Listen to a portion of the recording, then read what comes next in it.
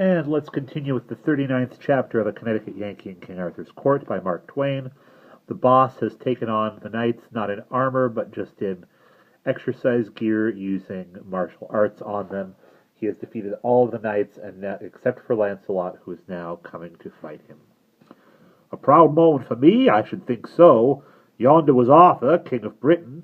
Yonder was Guinevere, yes, the whole tribes of little provincial kings and kinglets.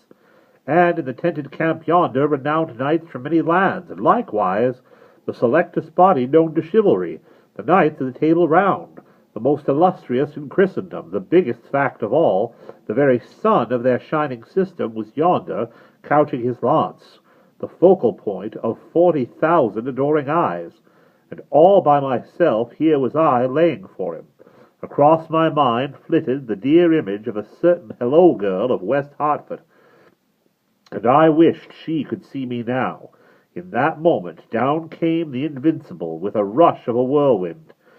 The courtly world rose to its feet and bent forward, the fateful coils went circling through the air, and before you could wink, I was towing Sir Lancelot across the field on his back, and kissing my hand to the storm of waving kerchiefs and the thunder crash of applause that greeted me.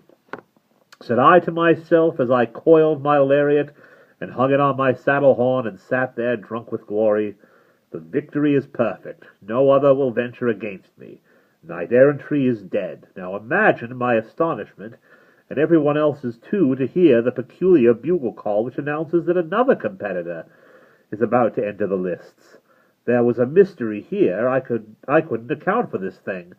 Next, I noticed Merlin gliding away from me, and then I noticed that my lasso was gone. The old sleight-of-hand expert had stolen it, sure, and slipped it under his robe. The bugle blew again, and I looked down, and down came Sagramore, riding again, with his dust brushed off and his veil nicely rearranged. I trotted up to meet him and pretended to find him by the sound of his horse's hooves. He said, "Thou quick's of ear, but it will not save thee from this." He touched the hilt of his great sword, and ye are not able to see it, because of the influence of the veil. Know that it is no cumbrous lance, but a sword, and I ween you will not be able to avoid it. His visor was up, there was death in his smile. I should never be able to dodge his sword, that was plain. Somebody was going to die this time. If he got the drop on me, I could name the corpse. We rode forward together and saluted the royalties. This time the king was disturbed. He said, "Where is thy strange weapon?" "It is stolen, sire." "Hast another at hand?" "No, sire, I brought only the one." Then Merlin mixed in. "He brought but the one, because there was but one to bring. There exists none other but that one. It belongeth to the king of the demons of the sea. This man is a pretender, and ignorant, else he had known that weapon can be used but in 8 bouts only, and then it vanisheth away to its home under the sea." "Then he is weaponless," said the king. "Sir Sagramore, you will grant him leave to borrow."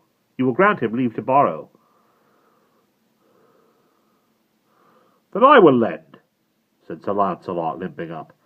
"He is as brave as a knight, and his hands as any that be on live, and he shall have mine." He put his hand on his sword and drew it, but Sir Sagramore said, "Stay, it may not be. He shall fight with his own weapons. It was his privilege to choose them and bring them. If he has erred, on his head be it." "Knight," said the king, "thou art overwrought with passion. It disorders thy mind. Wouldst kill a naked man. An he do it, he shall answer to me," said Sir Lancelot. I will answer to any that he desireth," retorted Sir Sagramore hotly. Merlin broke in, rubbing his hands and smiling his low downest smile of malicious gratification. "'Tis well said, right well said, and 'tis enough for parleying. Let my lord the king deliver the battle signal." The king had to yield. The bugle made proclamation, and we turned apart and rode to our stations. There we stood, 100 yards apart, facing each other, rigid and motionless, like horsed statues. And so we remained in a soundless hush, as much as a full minute, everybody gazing, nobody stirring. It seemed as if the king could not take heart to give the signal, but at last he lifted his hand. The clear note of a bugle followed. Sir Sagremore's long blade described a flashing curve in the air, and it was superb to see him come. I sat still. On he came. I did not move. People got so excited that they shouted to me, "Fly, fly, save thyself, this is murder." I never budged so much as an inch till that thundering apparition got within 15 paces of me. Then I snatched a dragoon revolver out of my holster. There was a flash and a roar, and the revolver was back in the holster before anybody could tell what had happened. Here was a riderless horse plunging by, and yonder lay Sir Sagramore, stone dead. The people that ran to him were stricken dumb to find that life was actually gone out of the man, and no reason for it visible, no hurt upon his body, nothing like a wound. There was a hole through the breast of his chain-mail, but they attach no importance to a little thing like that, and as a bullet wound there produces but little blood, none came in sight because of the clothing and swaddlings under the armor. The body was dragged over to let the king and swells look down upon it.